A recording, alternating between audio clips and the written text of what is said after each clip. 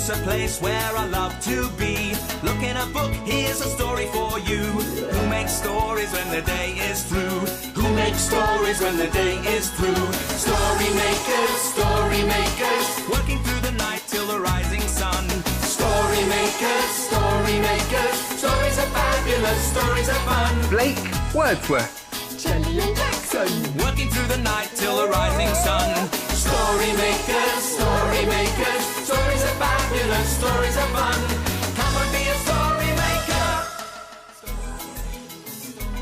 I think it's time to go home, everyone. Can you take that back in? Well done, Harry. Story makers.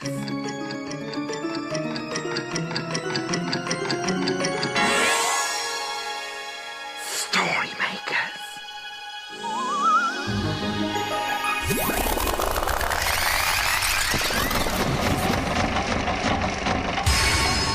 Story makers. It's midnight in the library. Hello. Time for all story makers to come out. Are you ready? Sun is down, the stars are bright. Story makers come out at night. Hello, story makers. I'm Blake Wordsworth, with a magical hat and a nose for a story.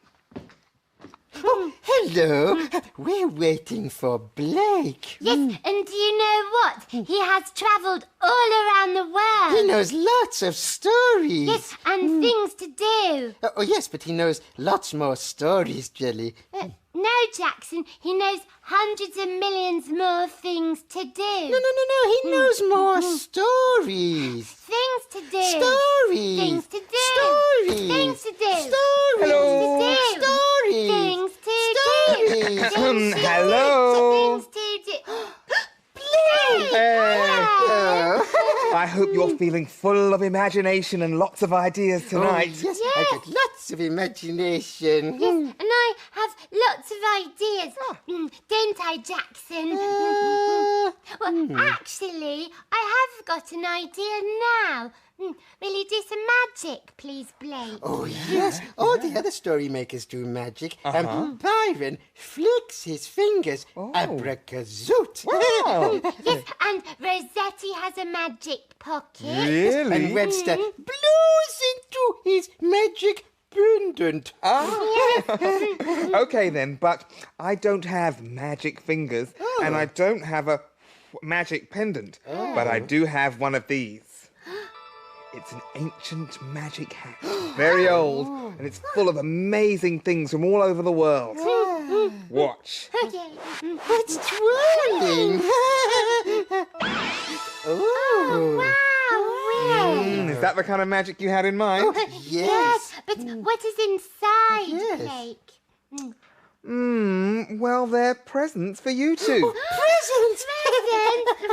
But sometimes the hat does mix things up. Here you go. Right. A rock. Yes, I've got a rock too, Jelly.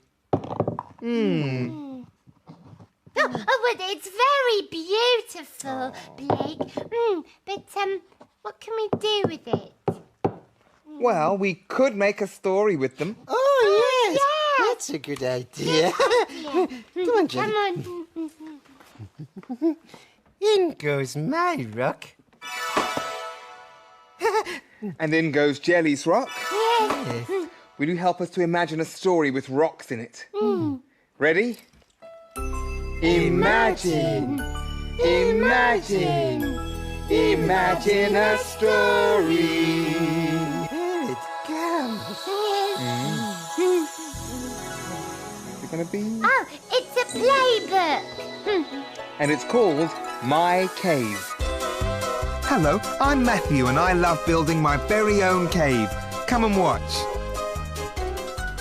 First, I need 2 chairs, some cushions,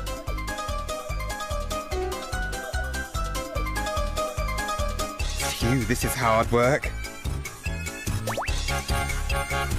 Next, I put my blanket on the ground to make the cave floor. Add a table or two. That's it. Now I need to put the roof on. This can be quite tricky.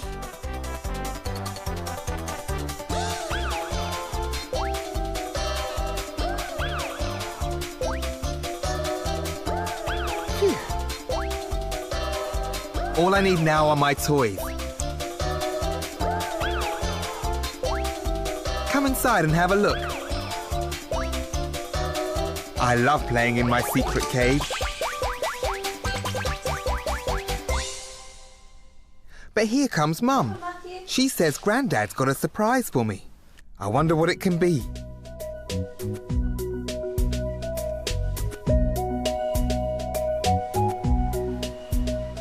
Grandad's brought my friend Bradley and I to look at some real caves.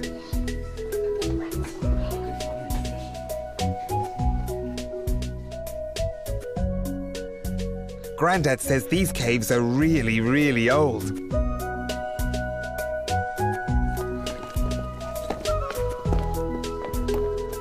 Wow, I can't believe we're under the ground. It's quite scary walking through the cave. It's so big. There's even an underground river running through the caves. There's lots of rocks in funny shapes all around. The man says the ones growing up from the floor of the cave are called stalagmites. They're really wet and slimy. And those hanging from the roof of the cave are called stalactites. To get to some of the caves, you have to bend down low and walk through small gaps between the cave walls.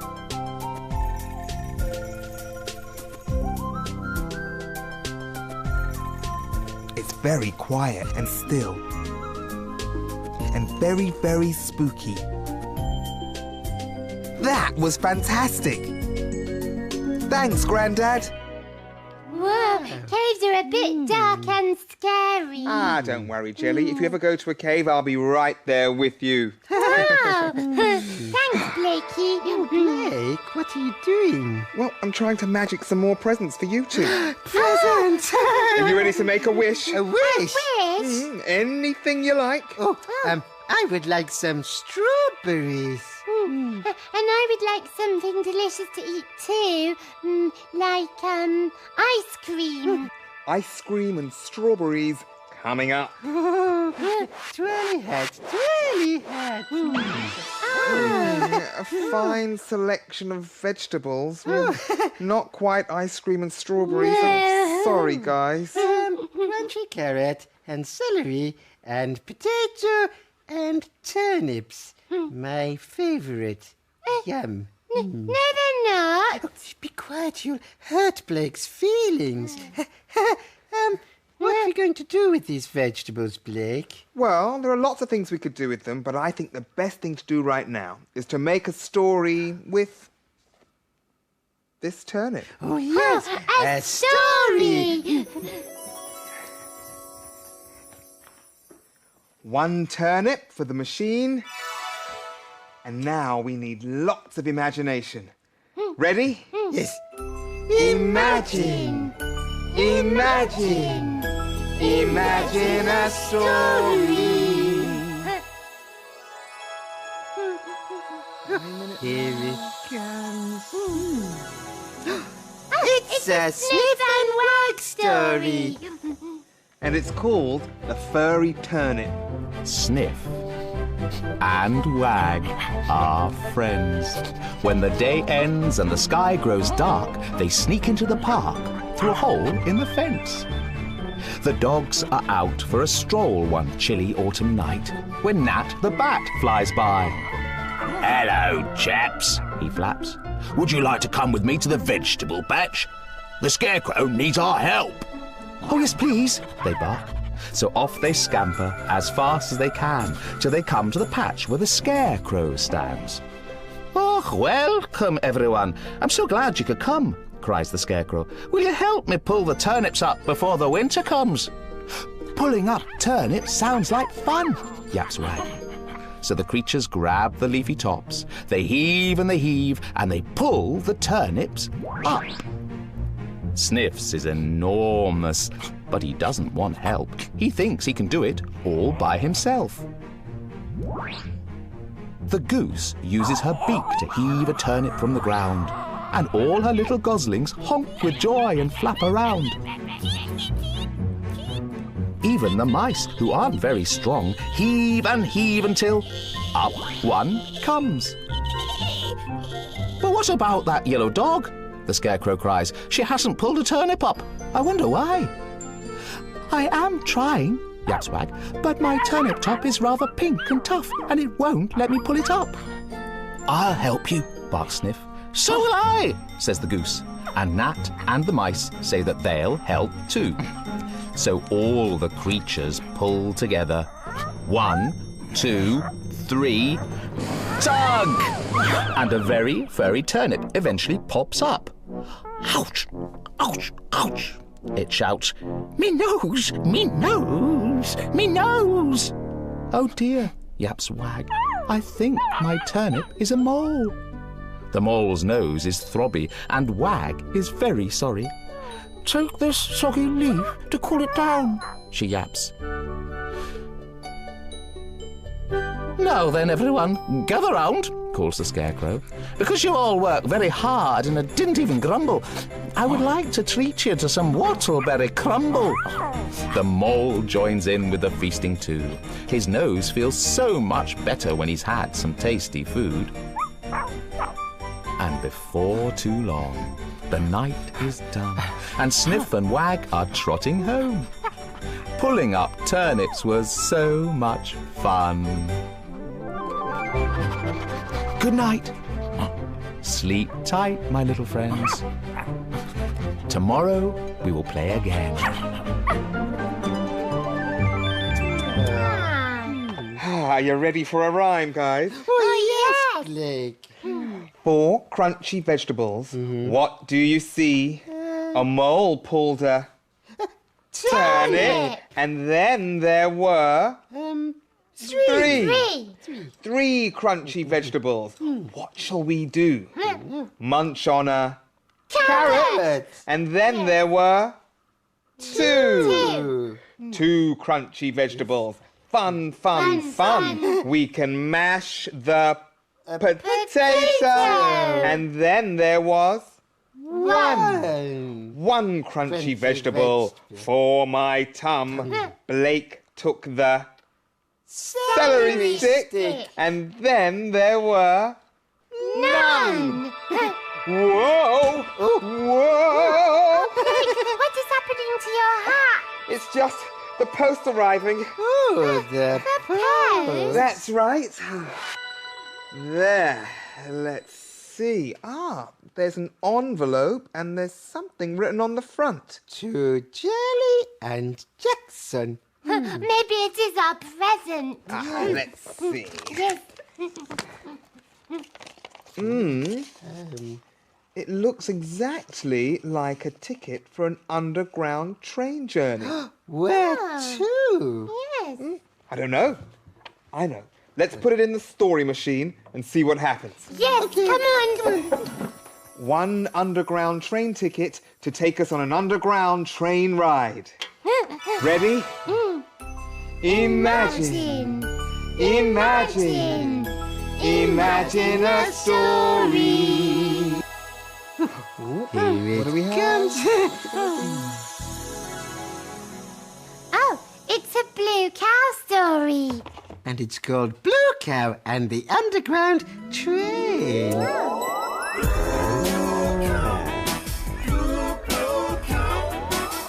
In a field not far away is a herd of cows grazing quietly.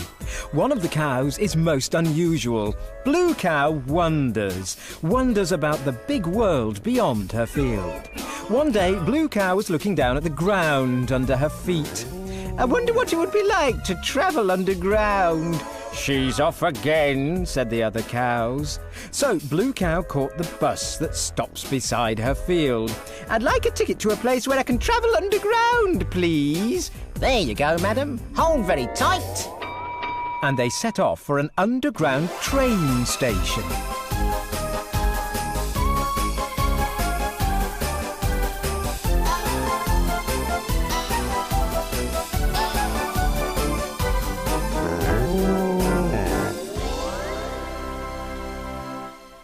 And then they arrived. Blue Cow jumped onto an escalator that went down to the station platform, where lots of people were waiting. There was a squealing noise as the underground train arrived and the doors opened for everyone to get on. So many people were trying to get on that Blue Cow couldn't fit into the carriage. "Oh dear, it's too crowded on the underground," groaned Blue Cow as the doors closed, leaving her standing on the platform. The driver of the train saw Blue Cow and got out of his cab. Hello, are you the replacement driver? He asked. Well, actually... Great stuff. Drive the train all the way to the end of the line, OK? He said, and gave Blue Cow a hat. Before Blue Cow could say anything, the driver had gone. So she jumped in the driver's cab and sat down. "Hold very tight," she said over the loudspeaker, before driving the train out of the station and into the tunnel. "Ooh, this is fun!" She drove the train down through the tunnel and slowed down to a stop when she got to the next station. She did this again and again for every station until finally she reached the end of the line. She got out of the train, but the train was still packed full of passengers. "Oh no," said Blue Cow, "I forgot to open the doors at any of the stations."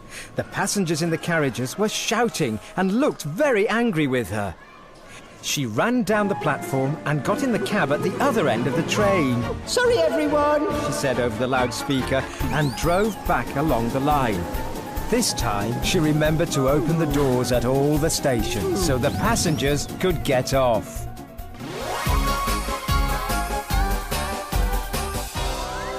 "You'll never guess where I've been." "Where have you been?" "I've been on the underground and driven a train." "Everyone knows that cows can't drive trains." But we know they can, don't we? Hold very tight. Mind the doors. Blake, why are you so sad? Well, I wanted to magic some really exciting presents for you both. And all you got were rocks, vegetables, and an old train ticket. Not exactly what I had in mind. Yes, but your presents made some really good stories. Yes, and stories are the best presents of all. Really? Really? You're right. Stories are the best presents of all. Thanks, guys. But hey, look! It's getting light. The sun is rising. We better get our skates on. Skates on? Yes, the children will be here soon. Dawn is upon us. The morning is nigh. We've made our stories, and we bid you goodbye. Story makers, working through the night till the rising sun. Story makers. Goodbye for now. Thanks for helping us. Goodbye. See you next time, story makers. And remember, imagine.